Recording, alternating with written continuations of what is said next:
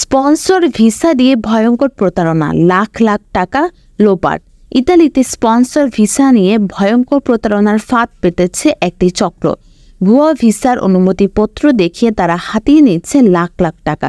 ঢাকায় ইতালীয় visa centre VFS এ জমাও করা হচ্ছে এসব আবেদন, তবে ভিসা পাচ্ছে না কেউ।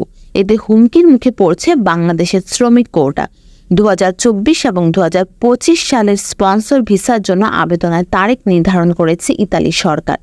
ভিন্ন ভিন্ন ক্যাটাগরিতে 5, 7 এবং 12 ফেব্রুয়ারি আবেদন করা যাবে বলে জানানো হয়েছে।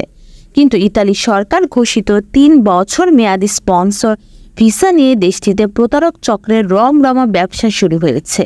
এতে নিঃস্ব হচ্ছেন বহু বাংলাদেশি। দালালের মাধ্যমে ইতালি যেতে ইচ্ছুকদের কাছ থেকেই মূলত হাতিয়ে নেওয়া হচ্ছে টাকা, বিনিময়ে ধরিয়ে দেয়া হচ্ছে ভুয়া ভিসার অনুমতিপত্র।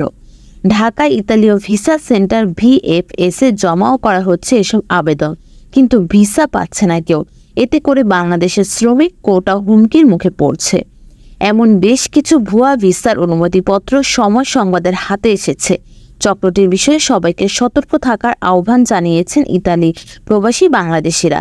ইতালি সরকার দেশটির শ্রমিক সংকট নিরসনে 2025 সাল পর্যন্ত 4,52,000 শ্রমিক নেওয়ার সিদ্ধান্ত নিয়েছে।